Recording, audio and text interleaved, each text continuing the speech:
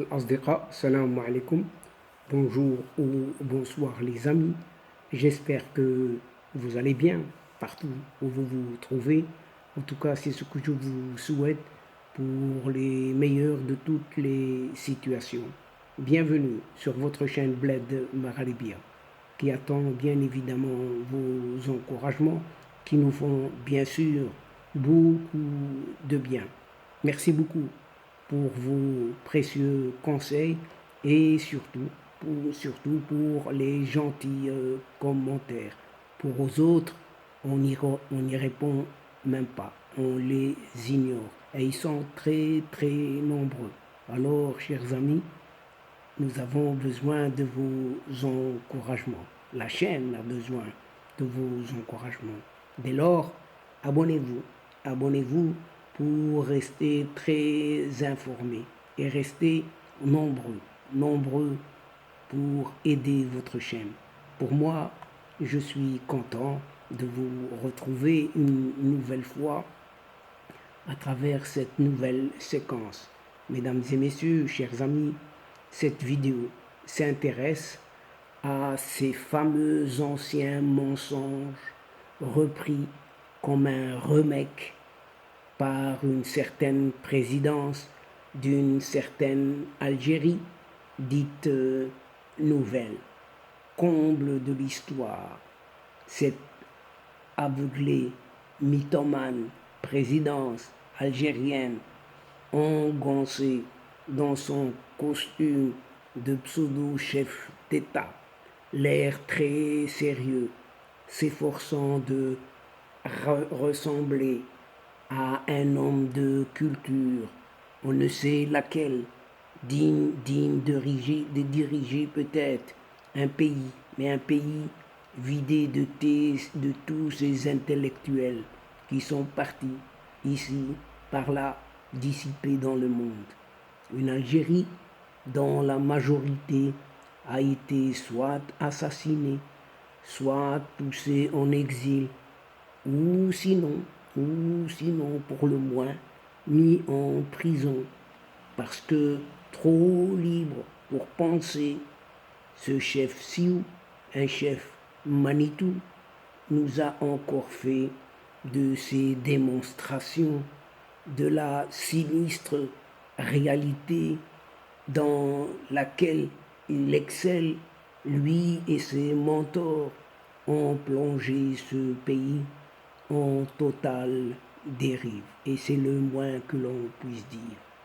Alors, alors qu'un certain Maroc voisin déplore et dénonce une certaine situation dans les camps de Tindouf, au Sahara oriental donc, auprès du Conseil des droits de l'homme, avec ce haut commissariat des Nations Unies aux droits de l'homme, a demandé juste une enquête indépendante sur les cas d'exécution extrajudiciaire.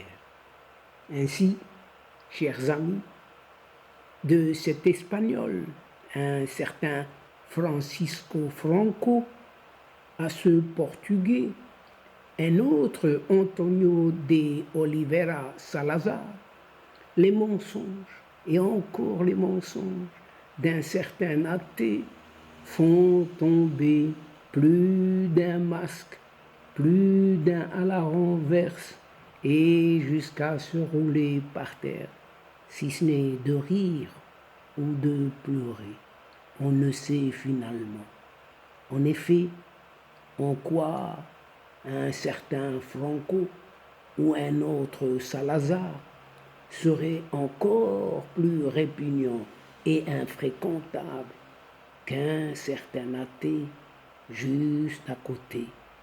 Si Franco et Salazar ont érigé des dictatures, ça tout le monde le sait, où la moindre opposition était martelée, cet athée sans foi ni loi, et encore moins de morale ni vertu, se protéger d'un certain défunt général-major Ahmed Gaïd Salah s'est illustré une nouvelle fois en faisant du pays une prison à ciel ouvert.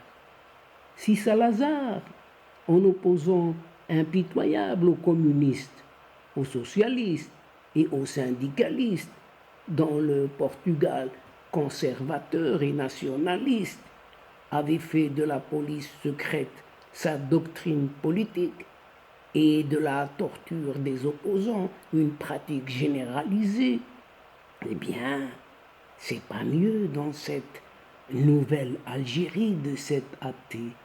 On s'inspire allègrement de ce fait d'armes pour faire de la police politique, de la détention arbitraire et de la torture le nouveau modèle de la gouvernance systémique algérienne. Un certain Mario Soares, de retour de son exil de France et non pas d'Algérie, entendons-nous bien, après la révolution des œillets en 1974, Mario Soares a été considéré comme le père de la démocratie au Portugal, alors que cet athée, lui, dans son exil, pas loin d'Alger, juste dans un petit palais, El Mouradia, 4 années seulement après le Hirak, n'a fait que consolider la dictature, lui, en Algérie. Et pourtant, il ne cesse de dire que la démocratie est née dans son Algérie. Il ne cesse de le dire, pas plus tard que dans un petit discours, une interview solo. Il l'a dit, bien dit. On ne sait finalement si c'est la démocratie qui est née ou c'est lui qui a fait naître une certaine dictature. Décidément, un athée ne se contentant pas uniquement du monopole du pouvoir, mais aussi celui de la subversion. Il passe tout d'un coup d'une schizophrénie à la paranoïa. Mais alors, quel besoin y a-t-il alors de faire la révolution si le système l'incorpore? Complètement dénué de tout sens politique. Le dernier point de presse de cet écervelé athée, la dernière interview, comme d'ailleurs ceux qui ont précédé, est un exutoire à l'état de non-gouvernance dans lequel se trouve aujourd'hui son propre pays. En tout cas, c'est lui qui l'a réduit ainsi. En plus de son illégitimité populaire dont il est affublé, il s'arroge tous les droits, même le droit de faire de la débandade intellectuelle, le récit qui cache justement son illégitimité. Comme cela arrive aux despotes, tous les despotes, dépourvus d'intelligence, qui accèdent au pouvoir, eh bien ce crétin daté est devenu, sinon le plus au monocule, c'est-à-dire ce petit être vivant à forme humaine que ces alchimistes militaires algériens au pouvoir prétendaient fabriquer parmi tous ses prédécesseurs, du moins le plus impertinent de l'ensemble de ses conseillers, qui rédigent ici et là certaines notes et lui dictent, comme des perroquets, son discours. Discours à tort et à travers, bien sûr. Mais l'histoire n'est pas l'histoire quand des despotes fabriquent encore et toujours un toxin vraiment assourdin, tout en se passant la plume les uns aux autres, cherchant des mots partout, et qui sonnent surtout faux. C'est la chronique de ces contre-vérités historiques derrière lesquelles il se cache tout simplement pour gouverner le pays qui lui échappe bien sûr, se présentant plus comme un compagnon de beuverie que comme un chef d'État, se perdant dans le tunnel obscur de ses élucubrations. Mais cet athée ne sait plus ce qu'il dit.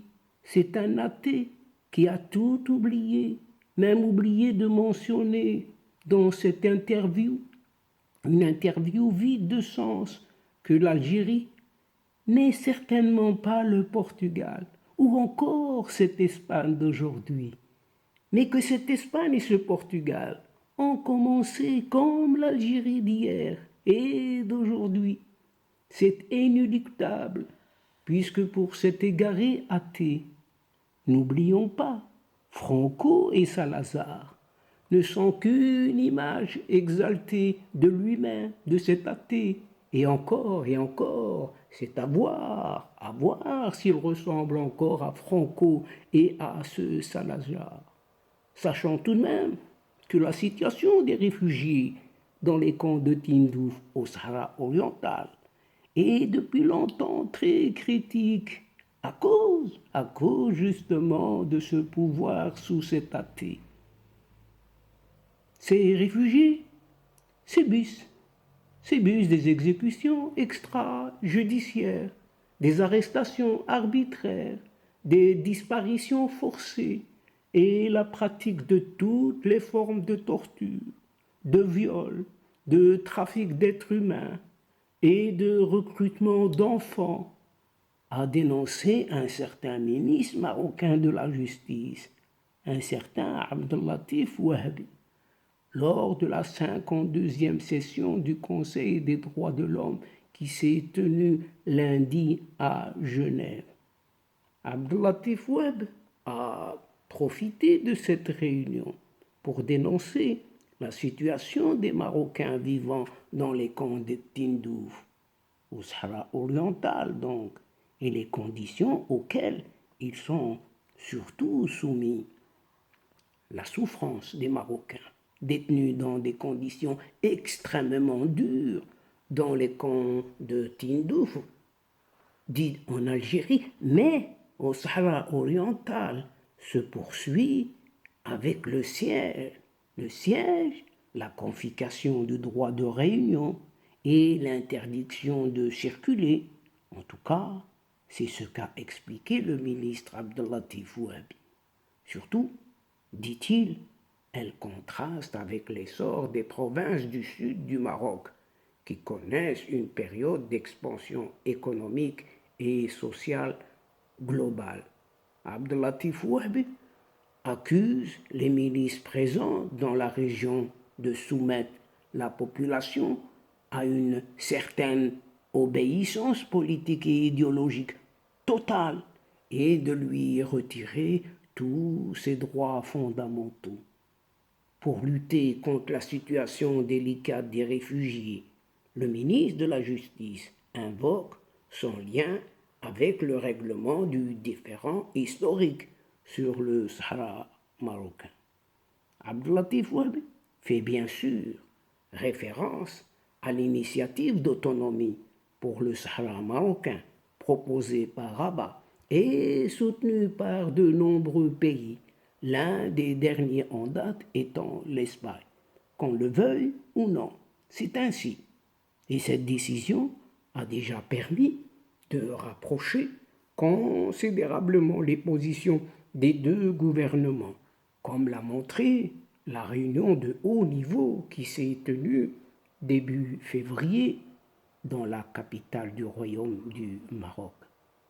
L'Observatoire sahraoui des médias et des droits de l'homme, quant à lui, est convaincu que le dépôt de la plainte auprès du Conseil des droits de l'homme de l'ONU est un grand pas en avant. Il est extrêmement nécessaire de faire connaître la réalité de la souffrance des réfugiés à Tindouf au niveau international et l'exposer, comme l'a fait Abdulatif Wabi, pourrait être un pas en avant important, si ce n'est très important. En effet, le Haut Commissariat des Nations Unies aux droits de l'homme a demandé une enquête indépendante sur les cas d'exécution extrajudiciaire mentionnés par le ministre de la Justice. Cette fois-ci, c'est au tour de l'ambassadeur du Maroc au Pérou. Un certain Amin Choudari a également exprimé son inquiétude quant à ce qui se passe à Tindouf et a pointé du doigt, évidemment, ce front Polisario, car, explique Amin Choudari, il se livre à des pratiques inhumaines. Certains experts même, comme Mohamed Salem Abdel Fattah, responsable de l'Observateur sahraoui des médias et des droits, considèrent que des problèmes résident dans la passivité du gouvernement algérien qui reste tout à fait impassible et entrave les efforts des organisations internationales des droits de l'homme. Mohamed Salem Abdel Fattah accuse même Alger de fuir ses responsabilités légales, morales et politiques envers les réfugiés du Sahara au Sahara oriental.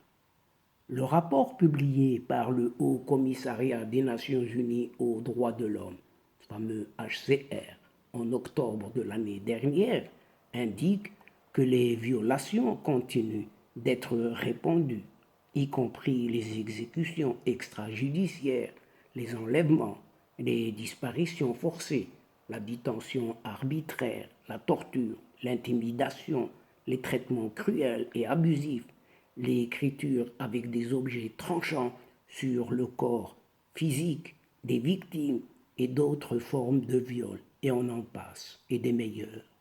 Cela faisait partie d'un document analysant les obligations de l'Algérie en ce qui concerne la situation des réfugiés. Déjà, à l'époque, le Haut Commissariat aux réfugiés avait exigé l'ouverture d'une enquête approfondie et indépendante sur tous les cas d'exécution extrajudiciaire. L'envoyé de l'ONU pour le Sahara occidental marocain, Stéphane de Mistura, rencontre des responsables du Front Polisario lors d'une visite du camp de réfugiés de Smara à Tindouf. Rabat a soumis au Conseil de sécurité des Nations Unies un rapport détaillant les efforts déployés pour promouvoir et protéger les droits de l'homme. Dans ce contexte très complexe et multiforme, au-delà des responsabilités qui doivent être clarifiées, le plus important est d'aider au plus vite les personnes qui subissent de plein fouet ces violations des droits et de parvenir à une réelle amélioration de la situation dans les camps de Tindouf, au Sahara oriental donc. Et, chers amis, mesdames et messieurs de la chaîne, c'est ici, sur ces mensonges repris en un certain remèque par une pseudo-présidence algérienne, ainsi que sur une certaine situation plus que préoccupante dans les camps de Tindouf au Sahara oriental, que prend fin cette séquence.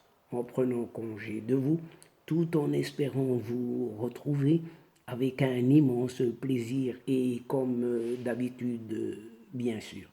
Merci pour votre fidélité, mais n'oubliez pas de nous aider mutuellement et de soutenir votre chaîne en vous y abonnant en grande masse partout où vous pouvez le faire. Aussi, partagez au grand maximum vos séquences vidéo auprès de vos proches auprès de vos connaissances. Il suffit juste de cliquer et d'envoyer là où vous pouvez le faire.